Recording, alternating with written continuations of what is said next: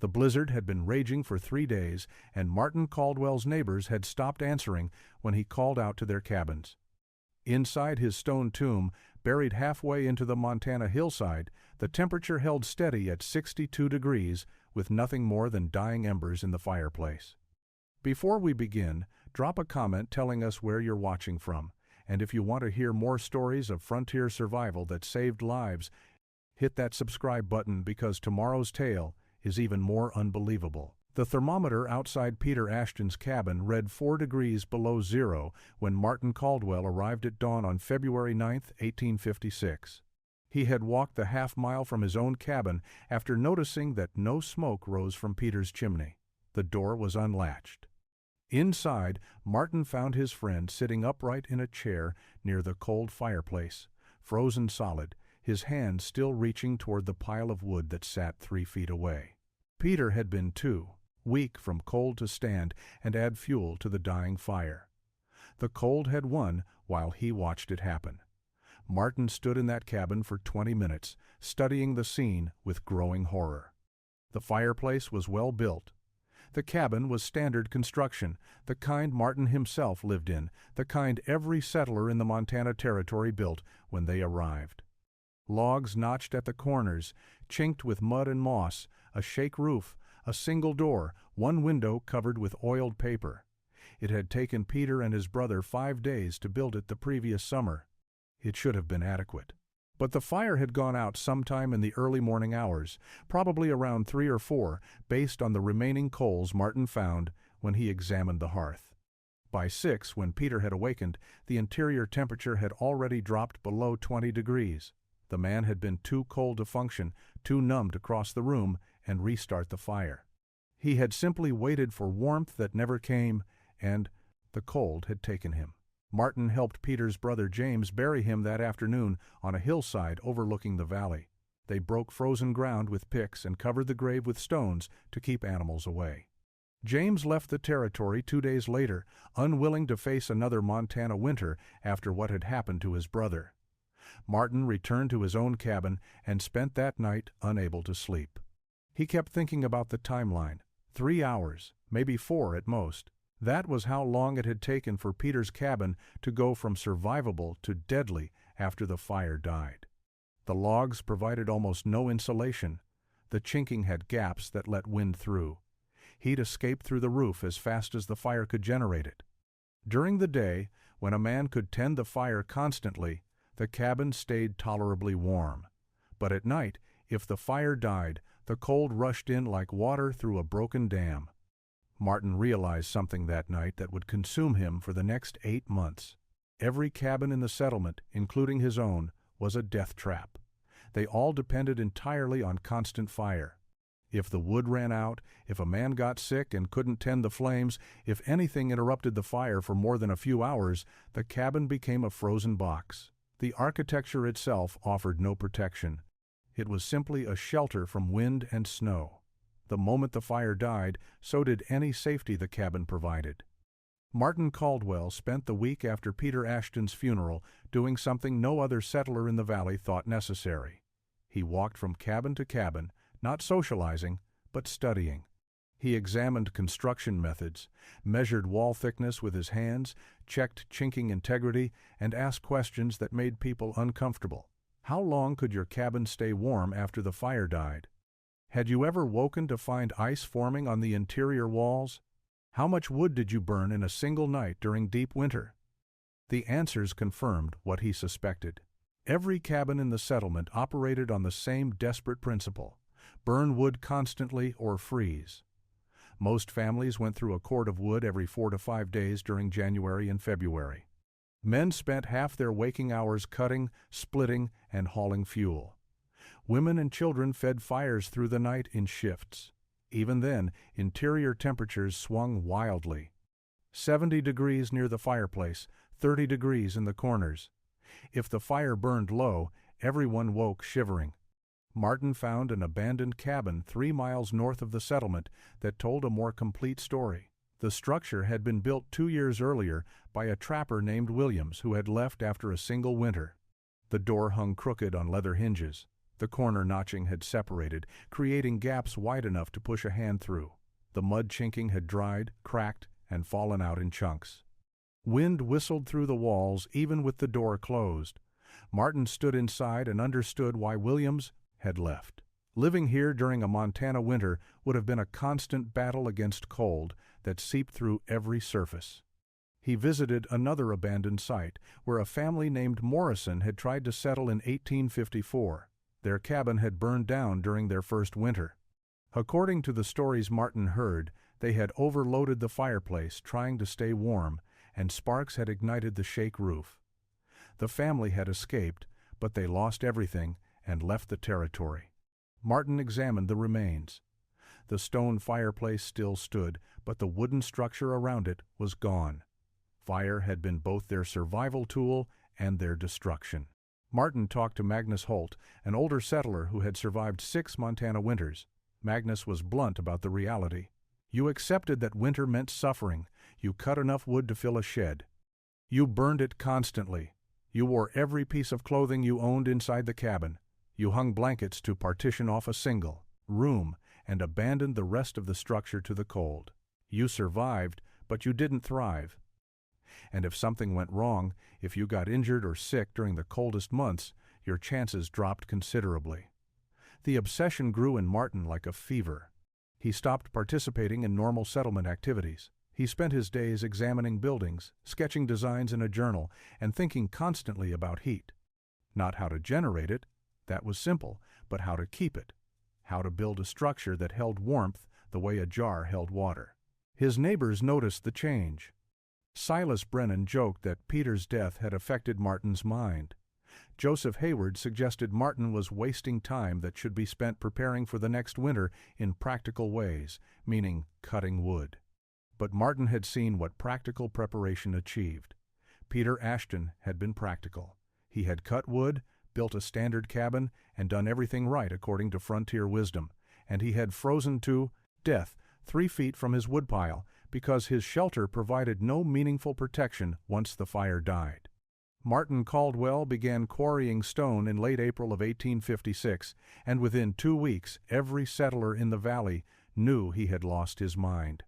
He worked alone on a hillside a mile from the main settlement, prying fieldstone from an exposed outcrop using iron bars and a heavy sledge. The work was brutal. Each stone weighed between 30 and 80 pounds. He selected them carefully, rejecting any with significant cracks or irregular shapes. He wanted stones that would stack cleanly, fit tightly, and create walls that would stand for decades. Silas Brennan rode out to watch Martin work on the 3rd day. He sat on his horse, observing in silence for 10 minutes before speaking. "You planning to build a fort?" Martin explained his intentions. A cabin with stone walls 3 feet thick, partially dug into the hillside, designed to hold heat the way standard cabins could not. Silas stared at him, then laughed. "You are planning a fort. Against what, the temperature?" Martin continued working, saying nothing. Silas rode away, shaking his head. Joseph Hayward was less amused when he visited a week later. He had brought 2 neighbors with him, and they stood watching Martin dig a foundation trench into the hillside. Joseph finally interrupted the work. "This is foolishness, Martin. You are wasting the building season. You could raise a proper cabin in 5 days. You have been at this for 2 weeks, and you have not set a single wall log." Martin straightened, leaning on his shovel. "I am not building with logs, Joseph. I am building with stone."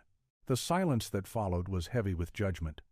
One of the men with Joseph muttered something about digging a grave. They left without another word. The mockery spread through the settlement like a brush fire. Drummond's grave, they called it, though Martin's last name was Caldwell. The name stuck anyway. Women mentioned it while trading goods. Men referenced it while working. Children asked their parents why the strange man was building a tomb on the hillside. The ridicule did not stop Martin, but it isolated him. Neighbors who had been friendly became distant. Invitations to communal meals stopped. He was marked as peculiar, possibly unstable, definitely foolish. Martin selected his building site with deliberate care. The hillside faced south, maximizing sun exposure. The slope allowed him to dig back into the earth, creating a semi-subterranean structure with earth contact on 3 sides. He excavated 4 feet into the slope, creating a level foundation below the frost line. The digging took 3 weeks. His hands developed blisters that burst and reformed as calluses. His shoulders ached constantly. But the foundation pit was perfect, level within inches across its entire span, surrounded by stable earth that would never shift or settle. He began hauling stone in early May. Each trip from the Pardum quarry site to the foundation required 20 minutes of careful walking with an 80-pound stone cradled in his arms. He made 30 trips a day. By the end of the first week, he had moved enough stone to build 3 feet of wall. By the end of the second week, his pile of quarried stone looked like a cairn, and he had barely begun construction. The arithmetic was brutal. He estimated needing 400 individual stones to complete the walls. At 30 stones per day, he was looking at weeks of hauling before construction could truly begin. Martin Caldwell laid the first stone on May 23, 1856, marking the beginning of construction that would consume every daylight hour for the next 3 months. He started at the back wall where the structure met the hillside, setting stones directly on the excavated foundation. Each stone was positioned, tested for stability, removed, and repositioned until it sat perfectly level. He used no mortar for the first course, relying instead on careful fitting and the sheer weight of stone to create stability. The back wall would be entirely underground, bearing the pressure of earth on one side and supporting the weight of the structure on the other. The work demanded absolute precision. Martin used a wooden frame he had constructed to maintain consistent wall width. 3 feet thick, measured exactly, each stone had to span at least half the wall thickness to bind the structure together. He rejected stones that were too round, too irregular, or too small. The ones he kept, he sometimes shaped using his sledge, breaking off protrusions or creating flatter surfaces. The sound of stone striking stone echoed across the valley every day from dawn until dusk. By mid-June, the back wall stood 4 feet high, and Martin began the side walls. These required different technique because they transitioned from fully buried at the back to partially exposed at the front. He angled them slightly, creating a gentle batter that added structural strength and allowed the earth to press against the walls rather than push them inward. The side walls took longer because each stone had to be selected not just for fit, but for how it would handle the transition from underground to above-ground construction. Magnus Holt visited in late June, the first friendly face Martin had seen in weeks. Magnus was a stonemason by training, having learned the trade in Pennsylvania before coming west. He walked around the emerging structure twice, examining the stonework closely, saying nothing. Finally he spoke. "Your corners are wrong. You need binding stones." Martin listened as Magnus explained the principle. Every third course needed stones that extended fully through the wall thickness, locking both faces together.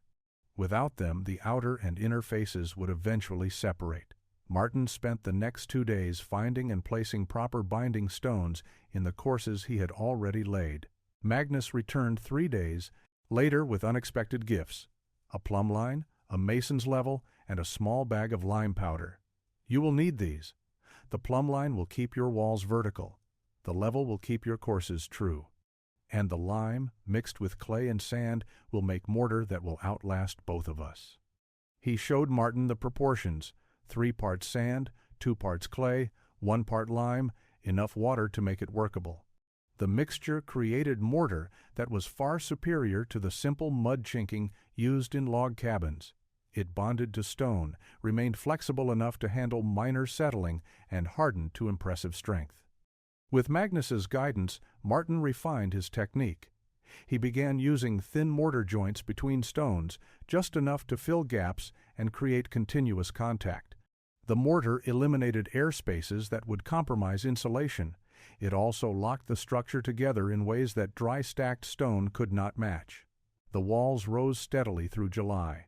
4 feet, 5 feet, 6 feet. The structure began looking less like a pile of rocks and more like a building. The walls reached their full height of 7 feet in early August, and Martin Caldwell began the most challenging part of construction: the roof system. He needed timber beams strong enough to support heavy snow loads while spanning the 14-foot width of the cabin. He spent 4 days in the surrounding forest, selecting trees with obsessive care. He needed straight-grained pine, no knots, no rot, diameter of at least 10 inches. He found 6 trees that met his standards, felled them, limbed them, and dragged them to the site using a borrowed horse. Shaping the beams took another week. Martin used a broad axe to flatten one side of each log, creating a surface that would sit flush against the top of the stone walls.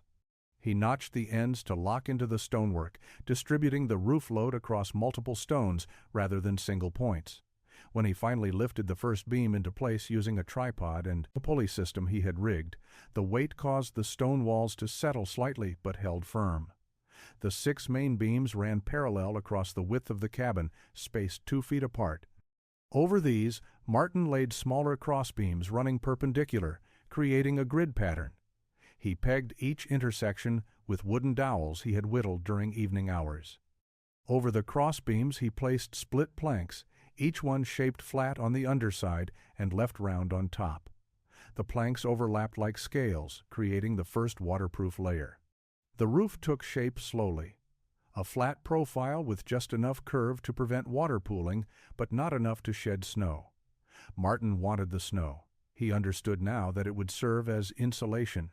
Silas Brennan and Joseph Hayward rode out to see the completed structure in late August. They dismounted and walked around it slowly, their expressions shifting from mockery to confusion to something approaching disbelief. Joseph spoke first. "This looks like a burial mound." "You have built yourself a grave, Martin," Silas added his assessment. "Stone walls are cold. Everyone knows this. You will freeze in there come winter." "You have wasted an entire summer building a tomb." Martin said nothing. He had expected this reaction. The cabin did look strange compared to every other structure in the valley. It sat low, partially buried, with thick walls that seemed excessive and a flat roof that appeared too heavy.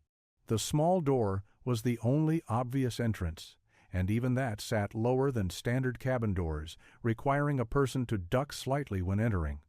The single window, positioned high on the south wall, was barely 12 inches square.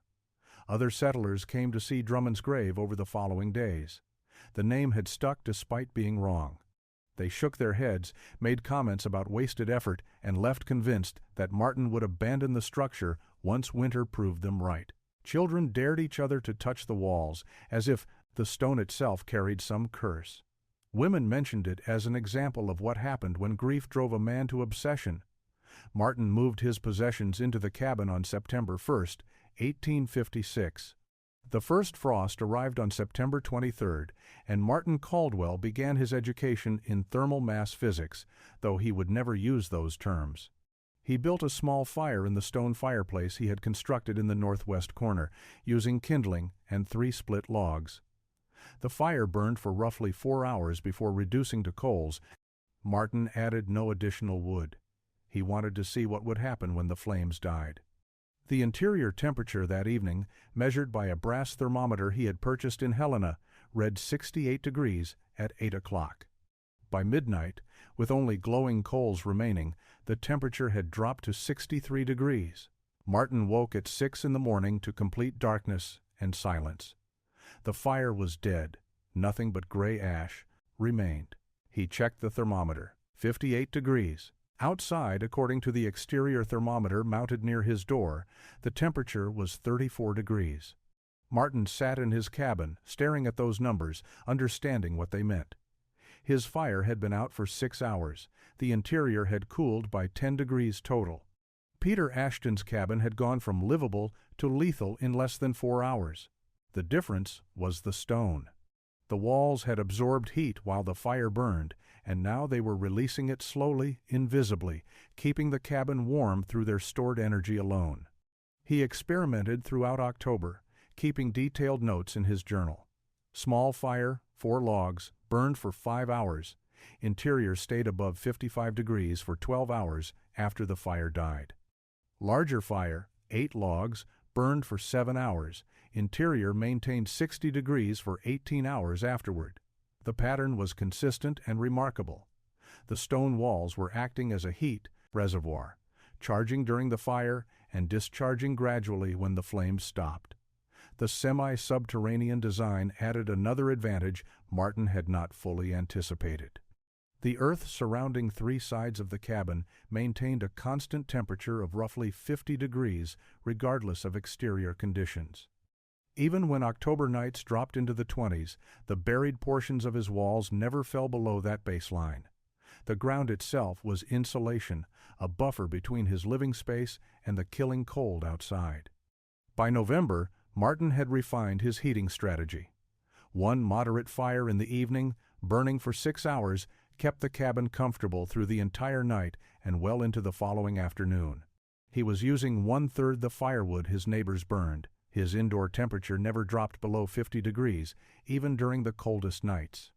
Meanwhile, he could hear Silas Brennan chopping wood at all hours, feeding the constant hunger of a log cabin that held heat the way a sieve held water. The snow came in mid-November, and Martin watched it accumulate on his roof with satisfaction. 6 inches, then 12, then 18. The weight was substantial, but his timber beams held without complaint. More importantly, the snow acted exactly as he had hoped. It sealed the roof, eliminated air movement, and added an insulation layer that made his cabin even more efficient. His evening fires grew smaller. His wood consumption dropped further. Inside his stone tomb, Martin stayed warm while winter arrived in earnest. The storm arrived on January 14, 1857, announced by a morning sky the color of old iron and a wind that came from the northwest carrying the smell of deep cold. Martin Caldwell had lived through 6 Montana winters and recognized the signs. This would not be a normal snowstorm. This was the kind of weather that killed livestock, collapsed roofs, and trapped families inside their cabins for days. He spent the morning hauling extra firewood inside, filling his water barrels from the creek before it froze solid, and checking his food supplies. He had enough for a week if necessary. The snow began falling at noon, thick flakes that came down sideways in the wind. By evening, visibility had dropped to less than 20 feet. The temperature fell throughout the afternoon. 40 degrees at noon, 30 degrees at 3, 20 degrees at 6. Martin built his evening fire moderate size, 6 logs that would burn for 5 or 6 hours. He ate a simple meal of salt pork and cornmeal, then sat near the fireplace reading by lamplight while the wind screamed outside. The first night was merely uncomfortable for most settlers.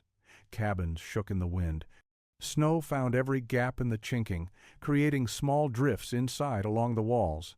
Families huddled near their fireplaces, burning wood steadily to maintain interior temperatures in the 50s and 60s. Children slept in their coats.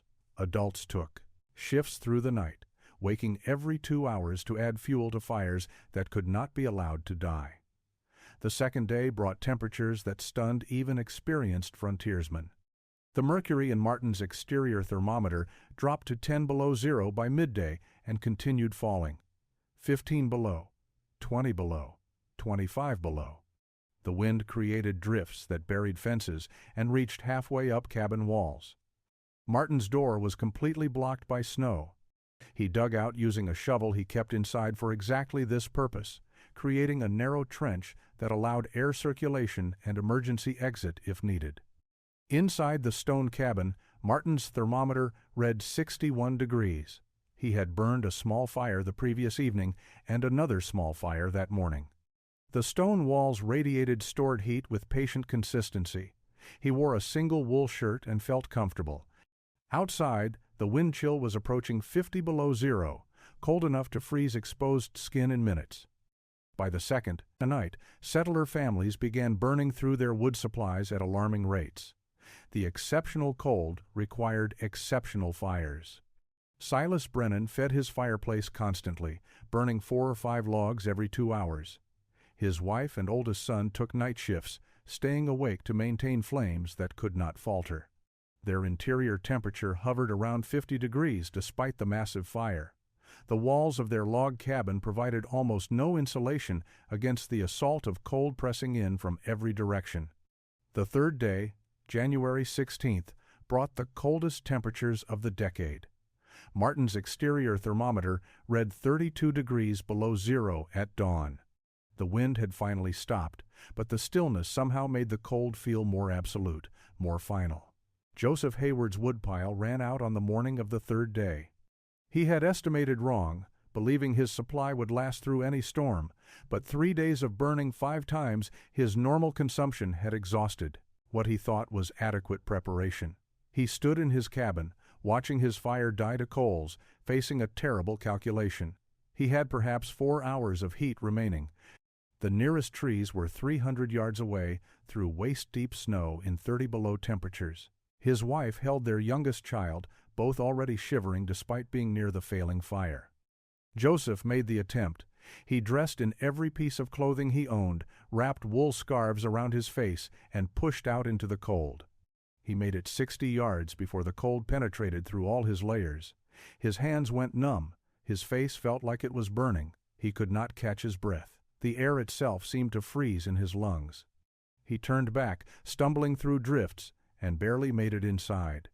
His wife helped him to the fire, rubbing his hands, trying to restore circulation. They had perhaps 2 hours of heat left and no way to get more wood.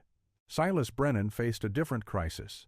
His woodpile was inadequate, but his oldest son had developed a fever during the second night. The boy lay near the fire, wrapped in every blanket they owned, shaking with chills despite the flames 3 feet away. The cabin's interior temperature was 45 degrees. Silas kept feeding the fire, burning logs faster than was sustainable, trying desperately to warm the space enough to help his son. But the heat escaped through the walls as quickly as he generated it. The boy's fever climbed, his breathing became labored. Silas's wife looked at her husband with eyes that held a question neither wanted to speak aloud. 3 cabins away, the Morton family had made a critical error. They had stored their entire wood supply in a shed attached to their cabin's north wall. The shed door was now buried under a 6-foot drift, completely inaccessible. They had enough wood inside for perhaps 6 more hours. After that, they would have nothing. Samuel Morton tried digging to the shed, but gave up after 10 minutes when the cold made his fingers useless. His wife sat with their 3 children, all under 8 years old, and tried to keep panic from her voice as she told them everything would be fine. By midday on January 16th, 4 families in the settlement were in immediate danger. Their fires were dying or dead. Their interior temperatures were dropping below 40 degrees. The cold was winning the same way it had won against Peter Ashton through simple mathematics. Human bodies generated heat, but not enough. Fires generated heat, but required constant fuel. Cabins provided shelter from wind, but offered no meaningful insulation. When the fuel ran out, the equation became fatal. Cold rushed in, warmth fled, and time ran out faster than anyone expected. Martin Caldwell heard the pounding on his door at 2 in the afternoon on January 16th. The sound was desperate, irregular, the kind of knocking that came from numb hands. He opened the door to find Joseph Hayward standing in the trench Martin had dug through the snow, his face wrapped in frost-covered scarves, his wife and child visible behind him, struggling through the drift. "We have no fire." Joseph's voice was barely audible. "We will freeze. Can we come inside?" Martin pulled them in without hesitation. The contrast hit them immediately. Joseph's wife stopped just inside the entrance, confusion crossing her frozen features. "It is warm." She said it like an accusation, as if Martin had been hiding something criminal. The interior temperature was 60 degrees. Martin's small fire had burned out 3 hours earlier, but the stone walls continued radiating stored heat. He rebuilt the fire quickly, adding logs, and gave them space near the hearth. Within 20 minutes, the ice in their clothing began melting. Within an hour, they stopped shivering. More knocking came an hour later. Silas Brennan carried his feverish son wrapped in blankets, his wife and 2 other children following. Their cabin was down to 35 degrees inside. The boy needed warmth they could not provide. Martin made room. The cabin was designed for 1 person, but desperation overrode comfort. Silas laid his son near the fire, and the boy's shaking gradually eased as the sustained heat penetrated his blankets. The Morton family arrived near dusk, all 5 of them, exhausted from the struggle through the snow. Their cabin was below freezing inside. They had wrapped their children in every piece of fabric they owned and fled before the cold could take them. Martin's cabin now held 14 people in a space meant for one. They crowded together, sitting shoulder to shoulder, children on laps, but everyone was warm. The stone walls radiated heat with patient generosity. The thick roof held the warmth inside. The semi-subterranean design eliminated the wind's cutting edge. Silas Brennan spoke the words everyone was thinking. "We mocked you.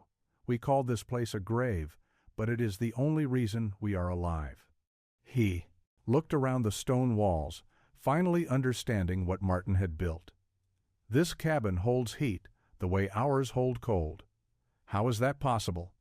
Martin explained thermal mass, though he used simpler words. "Stone stores heat, wood does not. Thick walls keep heat inside, thin walls let it escape. Earth provides insulation, air provides none." The principles were basic physics, but frontier builders had never applied them because tradition dictated log construction. They stayed in Martin's cabin for 2 more days while the temperature slowly moderated. Families took turns sleeping, shared food, and survived in crowded discomfort that was infinitely preferable to frozen death. When they finally returned to their own cabins on January 19th, the interior of Martin's stone tomb was still 58 degrees. He had burned perhaps a dozen logs total over 5 days. His neighbors had burned hundreds and nearly died anyway. Spring arrived in late March of 1857, and the settlement began rebuilding before the snow had fully melted. Silas Brennan was the first to start quarrying stone. He chose a site on a south-facing slope, began digging into the hillside, and worked with the focused intensity of a man who had felt death's proximity. Joseph Hayward joined him after 2 days, bringing iron bars and a sledge. They said little while they worked, but their actions spoke clearly. Log cabins were no longer acceptable. Stone was the future. By May, 4 families were building stone cabins using variations of Martin's design. They lacked his precision, made structural errors he had to correct, and often grew frustrated with the slow pace of construction. But Martin walked from site to site, offering guidance, explaining techniques Magnus Holt had taught him, helping lift beams into place. The knowledge spread through demonstration rather than documentation. Men learned by watching, by attempting, by failing, and trying again. The settlement's character changed over that summer. The sound of axes felling trees was replaced by the ring of hammers shaping stone. Conversations shifted from trap lines and trading to wall thickness and thermal mass. Women asked questions about interior layouts and fireplace design. Children hauled stones in small wagons, contributing to construction that would protect them through future winters. The work was harder than log building, but everyone had learned what inadequate shelter cost. Magnus Holt returned in June and surveyed the construction with quiet satisfaction. "You have started something, Martin. This will spread beyond this valley." He was correct. Travelers passing through the settlement saw the stone cabins and asked questions. Word reached other Montana settlements, then territories beyond. By 1858, stone construction was appearing in remote areas where winters were harshest and survival margins thinnest. The technique adapted to available materials and local conditions, but the core principles remained consistent. Thick walls, thermal mass, earth integration, and designs that worked with winter rather than merely resisting it. Martin Caldwell never profited from his innovation. He shared techniques freely, helped neighbors build, and asked nothing in return. He married in 1859 a widow named Rebecca who had lost her husband to pneumonia the previous winter. They raised 3 children in the stone cabin, adding a room in 1862 when the family outgrew the original structure. Martin worked as a stonemason, building structures throughout the territory until arthritis forced his retirement in 1876. He died in 1883 at age 61, surrounded by family in the cabin that had saved so many lives. His grave marker in the settlement cemetery made no mention of his innovation or the dozens of people who survived brutal winters because of what he had built. But throughout Montana and the surrounding territories, stone cabins continued sheltering families through cold that would have killed them in conventional structures. They called them Montana stone cabins, or sometimes thick wall cabins, but the oldest settlers still used the original name with reverence instead of mockery. They called them tombs, the structures that looked like graves but delivered life, the impossible shelters that stayed 50 degrees warmer when the blizzards came and the fires died. Martin Caldwell had built the first one, and in doing so, he had rewritten the rules of frontier survival for everyone who came after.